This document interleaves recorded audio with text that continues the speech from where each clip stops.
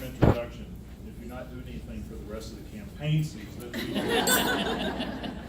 we could use you on the road. Thank you for having me here today. It's a privilege that my wife gets to travel a lot with me because she's the rock that I lean on, especially during these difficult times. As you can aware, many are aware, and many of you spoke to me about today, is the political environment we live in is one that is quite concerning, and I share that concern. And even had some come up today and say something about politics, and if you haven't heard, I hate politics. I actually hate politics. If you think about it, the word politics, poly is many, and ticks are blood-sucking parasites.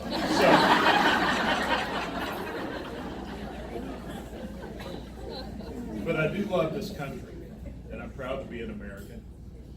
I love good policy. And one of the strengths of our nation is that we can bring different ideas together. We can have different thoughts. But we're bound together by one Constitution. One of the problems we're facing in America today is we've become somewhat intolerant to other people's ideas of how to achieve a common end. That's one thing that's been the strength of America, is us going toward a common goal, and that common goal was the government that was established by this 231-year-old document. But it seems like in the past several years, in some cases, we don't share a common end, or there's been different interpretations of the document. Even though the document is short, it's the shortest constitution in the history of the world, but yet it is the longest standing Constitution in the world. It didn't come easy. It was, even though it was a short time period that our framers were together in Philadelphia trying to put together a new form of government, there was a lot of divisiveness between them. There was a lot of sovereignty, or feelings of sovereignty, of the individual states, and quite often there were debates that got so heated. In fact, some of the debates got so heated, some of the delegates actually packed up and went back home. But there was a commonality that they were able to come around. It was an unlikely figure of Benjamin Franklin who actually rallied them together and brought unity to that Constitutional Convention, when after 5 weeks he stood up and made a speech talking about how divisive it has been and how they have not been able to come together. He went on to say that during the time of the American Revolution, that in the Continental Congress, they often came together and prayed, and they sought divine intervention from God, and they actually saw numerous acts of divine intervention. And he said, how is it that we have not once applied to the Father of lights to illuminate our understanding in this convention? He went on to call that a member of clergy be brought in to every morning, every session, to begin in prayer. Now, of course, these politicians got together and they started, of course, debating that idea. Now, none were opposed to it, but one of the delegates stood up and said, well, if we all of a sudden bring a pastor in now, and we haven't had one before, people may get the idea we're not getting along in here. Another one said, ministers cost money and we don't have any money. But what they did decide to do was to all go together on July the 4th and attend a church service together, all as one. As the delegates wrote in their journals, the whole attitude after they came together and they prayed and they attended that church service, the attitude changed and there was a spirit of cooperation. We can still find that rallying point, but the only way we can do this is we have to set aside the idea of political correctness. Because much of our Constitution does not meet the modern day idea of what is politically correct. Because most of our citizens do not have an understanding of this document, this Constitution, and what it really means. It wasn't just the words on the paper that was important to our founders. It was the ideas behind it that was so important. In fact, Noah Webster believed so strongly that of a proper interpretation of what the ideas behind the Constitution was, he wrote a dictionary just so future generations could properly interpret our founding documents. That is the Webster's 1821 dictionary.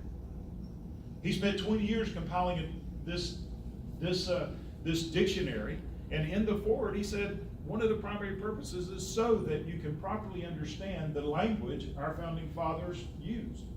If we're going to understand what they truly meant and their true interpretation of the Constitution, we have to understand them. We have to understand the culture. But more importantly, we have to understand that our language has evolved. You can think of many words that had a different meaning during the colonial period. For instance, the word green. Today, green has 7 or 8 different meanings. It's a color. It's a salad that you have with your meal. It's a political movement. It defines environmentally friendly products. But during the time of the colonial period, it basically meant a color. So you can see that there's an evolution of language that has happened, and that's why it was so important for Noah Webster to write this dictionary so you could properly interpret what the founders meant. I see today that the Constitution has become a byword for many in politics. It's a campaign slogan. I've seen some of my colleagues stand up and hold the Constitution on the House floor when they were advocating for a policy or a bill that was totally adverse to the ideas of the Constitution. There's many misinterpretations out there today. Some of my favorites, or actually I shouldn't say my favorites, but the most common that I encounter, the first being, we are a republic, not a democracy. And our culture is taught today that we are a great democracy. In fact, those that were there in Philadelphia despised democracy. They believed democracy was mob rule, and they also understood, as George Washington said, quoting scripture, that the hearts of men are deceitfully wicked, basically meaning if you move by emotion, you'll do anything, or you may say anything that would promote yourself over the common good of the people. And so, as they were building this Constitution, they kept that in mind, that it wasn't always the emotional will of the masses that was important, but to sticking to a common standard of law and ideas. I often get invited to speak at schools, especially during Constitution Week. I must be the king of a one-time appearance because often I'm not invited back to the schools after I get done. But it wasn't too long ago, we were at an academy. It was one of the alternative schools, one of the charter schools, and I was invited to come and speak about the Constitution. And as I go through the class, I always ask a multiple choice question. I ask, what type of government are we? And I'll always tell them to raise their hands, and I'll say, how many of you think we're a democracy? And the majority of the time, the majority of the students will raise their hand. I'll say, how many of you think we're a monarchy? And the few class clowns will raise their hand. And then I'll ask, how many of you believe we're a republic? And the sons and grandsons and granddaughters of the daughters of the American Revolution will raise their hand and say we're a republic. But more times than not, when all the majority of the children raise their hands that we're a democracy, I look at the teacher, and the teacher is smiling. Yes, they made me proud. So there's one instance, I asked the crowd, I said, how many of you know the Pledge of Allegiance?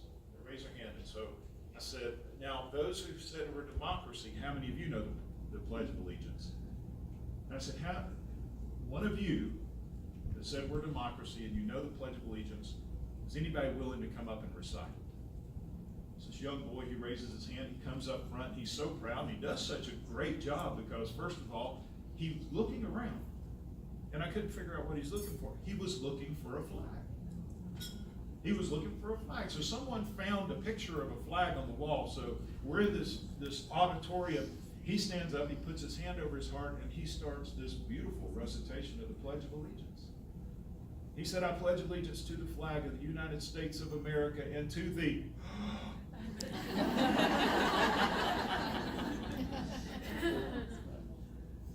fortunately, he realized what he was doing. Most of the time it's, and to the republic, and I'll stop him. I said, no, you messed up. He said, why? I said, you mean to the democracy for which it, and they stopped. Wow. And they realized, I've been saying this pledge over and over and over again, and it's just words. But those words have meaning. Another is, as I was speaking actually at a college, and I started talking about that our Constitution sets up a framework for a government, but it does not empower the government. In fact, our Constitution is a document that restricts the power of government. See, our founders understood that whenever an entity gets power, it isn't a problem of actually giving that power, because that government will obtain the power it needs. Because our founders were focused upon preserving the rights and the liberties of the individual, our Constitution was set up to restrict the power of government. I was immediately challenged by the professor in there as that is not true. This is an empowering government. It is the law of the land. And so I asked him, I said, can you, if it's an empowering document, would you mind reading the First Amendment to me? He said, sure. I don't even have to read it. I can cite it. Congress shall make no law. And I said, that's all I need to hear? Congress shall make no law is a restrictive statement. Because our founders were focused upon preserving liberty, not empowering the government. The last one is the one I still fight with, even with some of my own colleagues. Because for years we have taught the idea, since just after World War II, that there are three separate but equal branches of government. Our founders were very clear that there are not three equal branches of government. We are a government of the people. And the legislative branch is that branch that represents the people. And when you read the Constitution, it is clear that the legislative branch was given the majority of the powers of the Constitution. The executive branch next, and the judicial branch had the smallest and was specifically made the weakest branch of government. I said that on the radio just several months ago, and I had everything from college professors to other media outlets attacking that I did not know the Constitution if I would make such a claim. The problem is, in Federalist 78, they spell that out very clearly. In fact, in Federalist 78 says the judicial branch was purposely made the weakest and under the authority of the legislative branch. And so the issue is we have today is people not understanding this document. Now, there's something my dad taught me growing up. And that was, it's important to know what you believe, but it's more important to know why you believe what you believe.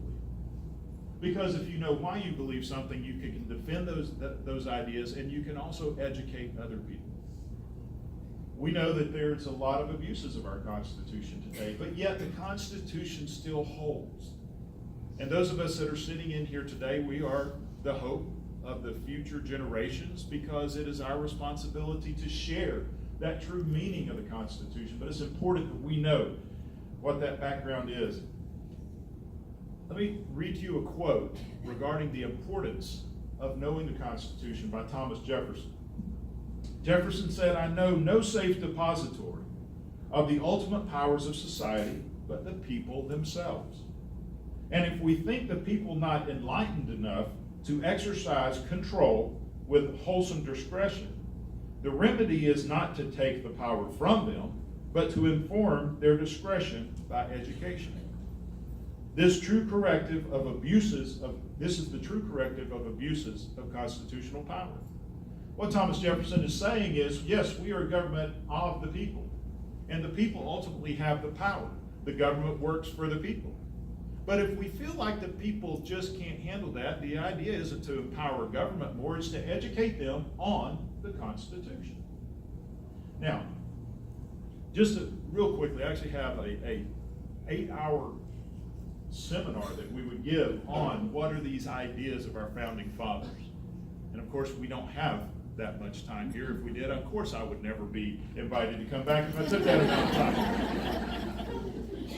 But I just want to take the document that Noah Webster wrote, Webster's 1828 dictionary, that he wrote specifically so that we would interpret our founding documents. And compare that to the one document that those that were there at the Constitutional Convention continued to refer to, that said, this is the document of what we're building this foundation of our nation on. We already have a document that actually lays out our philosophy, our idea, and that was the Declaration of Independence. You cannot separate the Constitution from the Declaration, because the Declaration is that statement of faith and philosophy of our founding fathers. And they quite often refer to it. You can take the Constitution and you can compare it to the Declaration of Independence. And you'll find the Constitution has an answer to every one of the grievances in the Declaration of Independence. When in the course of human events it becomes necessary for one people to dissolve the political bands which have connected them to another, and assume among the powers of the earth their separate but equal station, for which the laws of nature and nature's God entitle them. A decent respect for the opinions of mankind require that you declare the causes which compel you to that separation. It's the opening paragraph of the Declaration of Independence. There's three key terms in there that the founders referred to. One was powers of the earth. As I was studying the Declaration, I was wondering, what does this mean? This is something, a term we don't really hear quite often today. Powers of the earth. So I went to Webster's 1828 dictionary, I opened it up, and I turned to this section on powers, and I found a definition of powers that referred to the same powers that was used in our Declaration of Independence. In fact, it referred to that, which was the power of a government. As I read that definition, and you know, in the dictionary, usually at the end of the definition, they have the word used in a sentence so you can see the context. There wasn't a sentence. What Noah Webster wrote was, see Romans chapter 13. Romans chapter 13 says all governmental power originates with God. Well, that was quite interesting from someone like Thomas Jefferson, who we've been taught was clearly an atheist, that he was acknowledging in the Declaration that all the power of this new formed government is coming from God. I continue to go on and I read this section, another one, that talks about the laws of nature and of nature's God. Well, this is clearly what they're saying. We get our authority to build a new government from God, but yet this is what we're going to build it upon the idea of. Well, I also know that Sir William Blackstone had a huge influence. He was a British jurist that was also a political philosopher. Well, I found out that's a direct quote of Sir William Blackstone, who said, the laws of nature is God's will as revealed through nature, and the laws of nature's God is God's law as revealed through Scripture. So already in the first paragraph, we have two references to the Scriptures. This common thing that Benjamin Franklin brought us back to during the times of upheaval during the Constitutional Convention.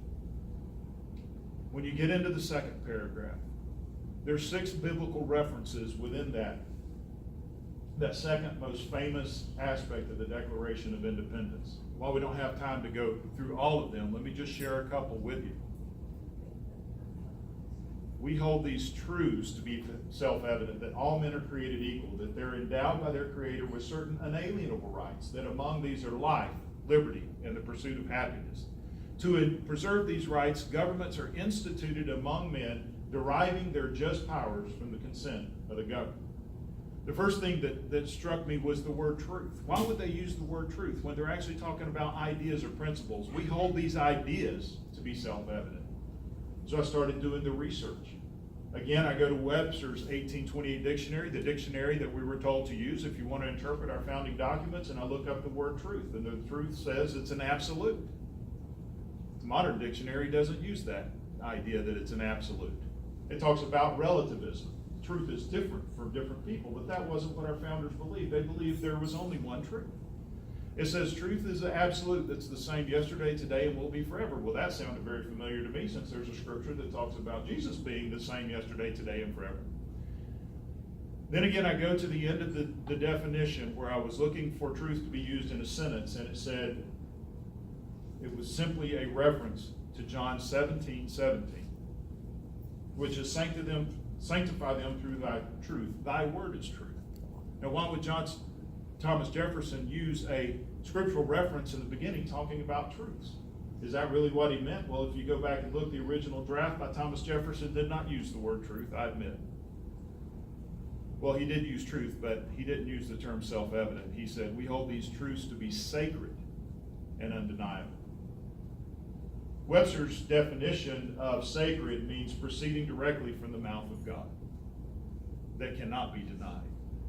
So when you start pulling these ideas together, we're getting an idea of where our founding fathers were coming from. Why did they believe what they believed? Because it's the next idea that pulled it all together. Is that the first truth is that all of us are created, and the second truth is we're all given rights, and the third is God gives them without reservation to who you are, the color of your skin or your background, that we're all created equal. And we're all given those rights. And then it closes out with a truth that government exists to protect those rights. We've been told by our founders that strong government and individual liberties are out of balance. The stronger the government, the less liberty. The more liberty, the weaker the government. In fact, Jefferson has been quoted, as he was quoting others, by saying, the government that governs best, governs least. The idea of our founding fathers is, yes, we do have a biblical base. This is what brings us together, and it's this commitment of preserving liberty, but that can only be done one way. And I'll close with the comment by John Adams regarding the Constitution. And you may understand, because many years people have wondered why John Adams would make this particular statement about the Constitution. He said, our Constitution is for a moral and religious people. It is wholly inadequate for the government of any other. What he was meaning by this is this document was built upon some precepts and ideas that, as Benjamin Franklin said, when we were developing the Constitution, we looked at the most ancient forms of government and modeled it by those. What was he talking about? It was the government that God gave Moses in the wilderness. It's not coincidence that our House of Representatives is elected by the people after a census is taken, just as the judges of Israel were. And it's not by coincidence that originally in our nation that the Senate was not elected by the people, but it was appointed by the state legislatures, as the princes of Israel were appointed by the governing authorities, one per tribe. These are the types of things that molded these ideas of our founding fathers. But the more important thing is, if you're going to have a limited government, it is imperative you have a moral people. Because a moral people are less likely to infringe upon the rights of one another. When you have an immoral society, it is more likely that people will infringe upon the rights of others. And when you have a small government that is to preserve those rights, and there are many people that are abusing those rights of others, then you must have a stronger, more powerful government. So I'll leave you with this. I'll leave you with this idea. If we want to uphold the ideas of our founding fathers, the only way that we can do that is to ensure our culture is a culture based on moral absolutes. A culture that, once again, dispels the political correctness of the day, and once again bring the basic ideas. I'm not saying everybody in America needs to be a Christian. It's clear that's not the idea of our founding fathers.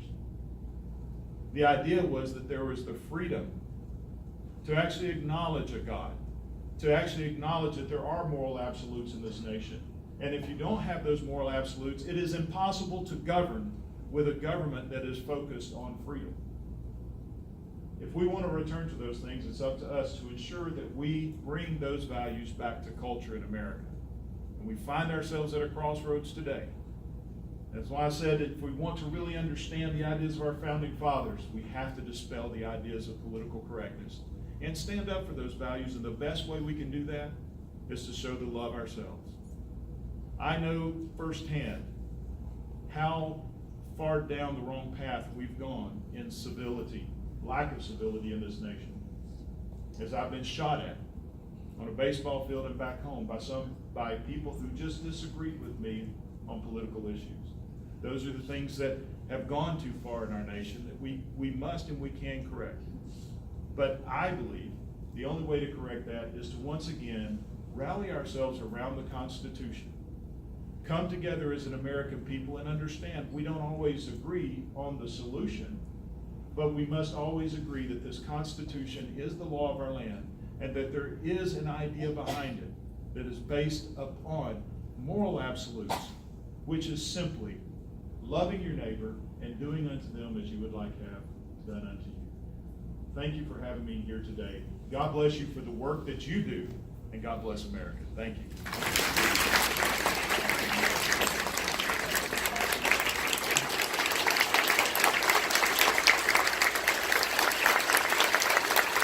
Congressman, for your delightful presentation.